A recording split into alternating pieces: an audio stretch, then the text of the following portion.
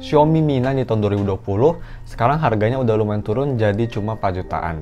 Dengan performa dan fitur yang dikasih bisa jadi HP second paling worth it dan aman di tahun 2020. So ya, langsung aja kita review apakah Mi masih worth it di tahun 2020.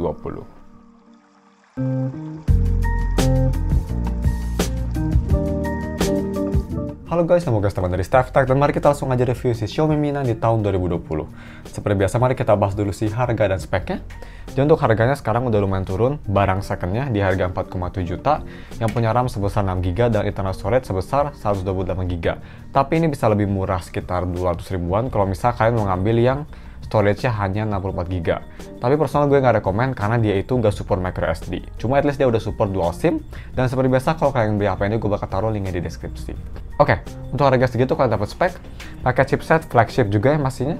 Snapdragon 855 dan fabrikasi sebesar 7 nanometer, layar 6,4 inci, Full HD Super AMOLED display dan PPI sebesar 403, udah support HDR10, storage satu udah kecepatan UFS 2.1, ada NFC, IR blaster, dan juga punya baterai sebesar 3300 mAh yang bisa fast charging sampai 27 watt atau wireless charging sampai 20 watt.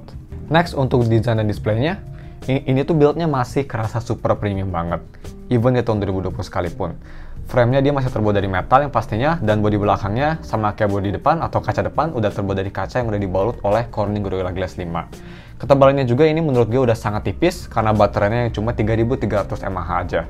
Terus juga ini grip di tangannya menurut gue enak banget, gak cuma karena tipis tapi dia itu karena besarnya gak besar banget, gak jumbo, hanya 6,4 inci. Dibanding HP sekarang yang udah sampai 6,5 inci, menurut gue ini masih lumayan compact untuk dipakai satu tangan.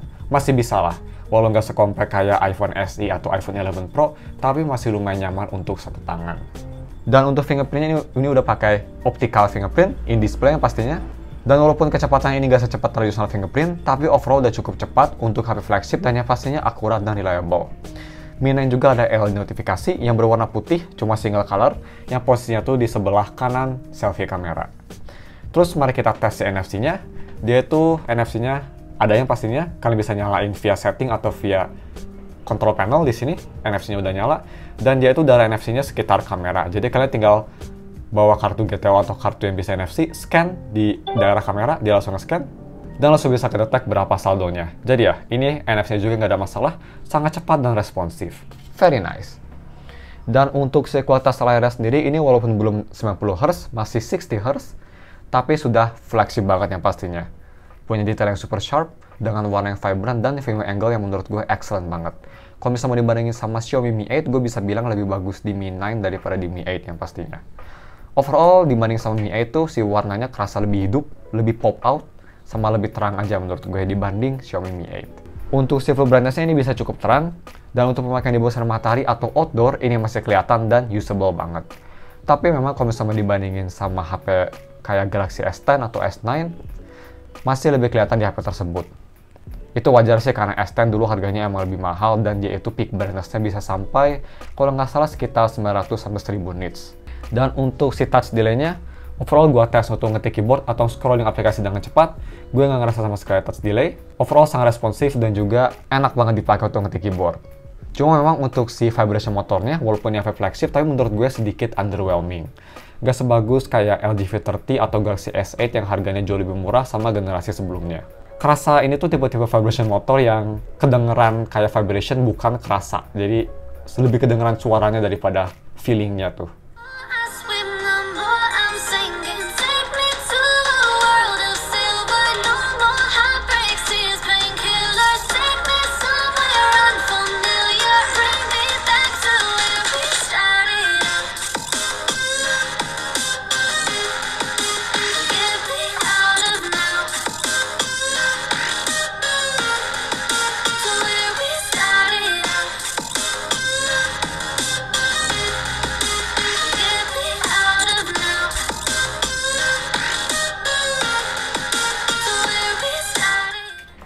Next, mari kita bahas si kamera quality-nya. Untuk kamera belakang ini pakai triple kamera pastinya. Main kameranya punya megapiksel sebesar 48 megapiksel dengan f1.8. Kamera keduanya yang berperan sebagai telefoto sebesar 12 megapiksel dengan f2.2. Dan kamera terakhir yang berperan sebagai ultrawide sebesar 16 megapiksel dengan f2.2 juga. Kalau misalnya kita ke depan, di sini ada selfie kamera yang punya megapiksel sebesar 20 megapiksel dengan f2.0 yang bisa nge-record video sampai resolusi 1080p di fps 30. Dan untuk kualitas main kameranya ini memang masih sangat flagship level banget even di tahun 2020 sekalipun. Yang pastinya juga ini upgrade besar dari Xiaomi Mi 8. Overall kualitas main kamera ini punya dynamic range yang masih sangat bagus banget, sharpness yang cukup oke, dan kontras yang akurat. Cuma memang ini gue lihat tuh si warna gambarnya overall kadang-kadang suka sedikit terlalu vibrant dibanding aslinya. Tapi selain itu ini udah solid banget, layaknya HP flagship. Dan untuk si kamera ultrawide-nya juga ini gak kalah bagusnya sama main kameranya, masih punya detail yang bagus dan temperatur warna. Ini yang paling penting menurut gue, temperatur warna yang mirip dengan main kameranya, jadi foto gak kelihatan aneh kalau misal side by side. Satu kolom mungkin dari ultrawide kameranya tuh yaitu dari si dynamic range aja yang memang gak sebagus si main kameranya. Nah terus untuk si foto low light-nya ini karena udah ada dedicated night mode, jadi foto malam hari udah gak usah diragukan lagi, udah sangat bagus. Warna masih punya yang vibrant, dengan detail yang sharp dan noise yang minimum banget. Overall gambar juga kelihatan super terang. Dan yang terakhir untuk foto selfie-nya ini juga udah cukup bagus. Punya detail yang super sharp, berkasih 20 megapikselnya, dan juga warna yang vibrant dan kontras yang oke. Dan untuk si video recording, kalau misalnya kita ke kamera, terus kita ke video, dan kita ke setting, di sini bisa kita lihat, kalian bisa nge-record video sampai resolusi 4K 60fps atau 1080p 60fps. Tapi resolusi kedua tersebut tuh, kalau nggak salah, stabilisasinya nggak bakal nyala. Tapi ini dia sampelnya pakai resolusi 1080p 60fps. Check it out guys. Oke guys, ini video recording pakai resolusi 1080p di fps 60. Bisa dicek stabilisasinya. Stabilisasi sama kualitas audionya dan juga gambarnya. Kita coba dynamic range. Kelihatan seperti HP flagship banget, memang sangat smooth dan juga dynamic range bagus. Detail di pohonnya juga itu sangat detail dan vibrant. Mungkin sedikit terlalu vibrant menurut gue. Karena aslinya ini tuh nggak terlalu hijau banget, sedikit pudar. Jadi lebih vibrant daripada aslinya. Kita coba overall shot.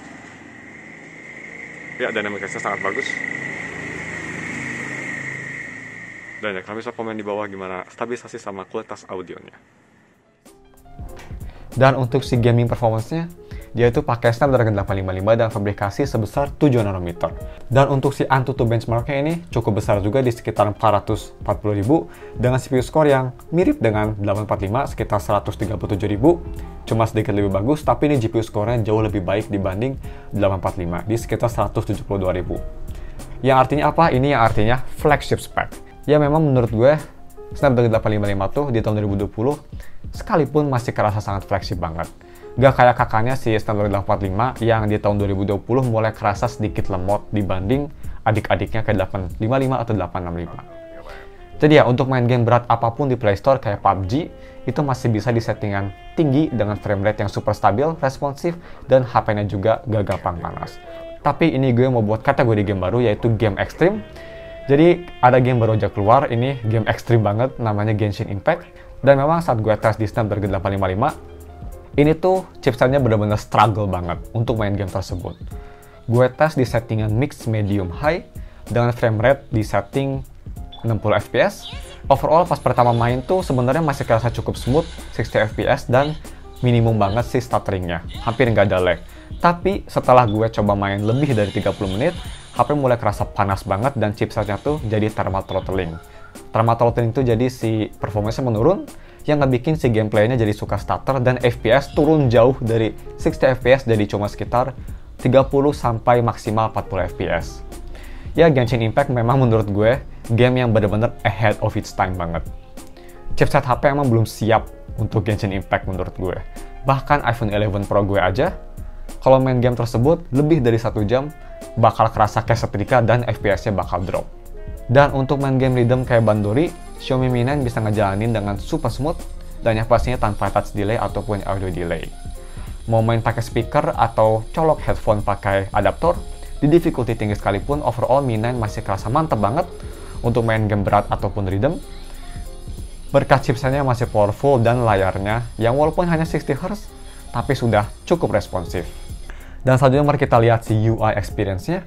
Untuk si software-nya ini masih up to date banget, yang pastinya kalau misalnya kita ke setting dan ke about phone, dia masih support sampai MIUI 12. Versi Android 10 yang pastinya dan punya security level di bulan Agustus. Ya ini masih lumayan supported karena ini tuh HP umurnya baru 1 tahun. Jadi Xiaomi yang pastinya masih nge-support banget HP ini.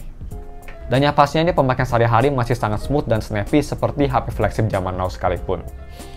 Kalau mau dibandingin sama semua HP dengan chipset Snapdragon 845, gue bisa bilang di Mi 9 yang pakai Snapdragon 855 kerasa lebih cepat, responsif, dan lebih konsisten dibanding HP yang pakai chipset Snapdragon 845 kayak Mi 8 atau Xperia XZ3. Dan untuk DRM infonya, kalau misalnya kita ke DRM info, ini karena HP flagship dan bukan ROM Cina, udah pakai ROM global, jadi udah bisa sampai Wi-Fi L1 bisa kita lihat. Jadi kalian kalau nonton Netflix atau streaming service lainnya kayak Disini Plus Hotstar, kalian bisa nonton di resolusi paling tinggi. Dan juga dia udah support HDR10. Jadi dynamic range-nya bakal lebih baik dibanding standar dynamic range. Dan yang terakhir, mari kita bahas si battery life-nya. Untuk baterainya ini emang cenderung kecil banget di tahun 2020. Hanya 3300 mAh aja. Tapi dia udah bisa fast charging lumayan cepat di 27 watt. Dan juga bisa wireless charging yang surprisingly sangat cepat di 20 watt. Dan walaupun ini baterainya kelihatan kecil banget kapasitasnya untuk tahun 2020, tapi surprisingly Xiaomi Mi 9 masih bisa bertahan dalam pemakaian gue yang enteng as always hanya nonton video dan sosial media. Itu bisa tahan sampai 1,5 hari dengan screen on time sekitar, kalau misalnya kita ke galeri dan ke album, di sini bisa kita lihat gue udah screenshot, bisa tahan sampai 8 jam lebih. Untuk baterai 3300 mAh menurut gue bisa tahan atau punya screen on time sebanyak itu udah sangat impresif. Ya ini mungkin berkat si chipsetnya yang efisien dan juga OS MIUI-nya yang bagus banget untuk power saving. Dan untuk si charging speed-nya juga ini gue tes pakai Quick Charge 4 atau 27 watt charging. Ini udah sangat cepat di bawah 1 jam. Gue ngecas dari 20% sampai 100% tuh hanya butuh waktu sekitar 54 menit aja. Yap, gak sampai 1 jam.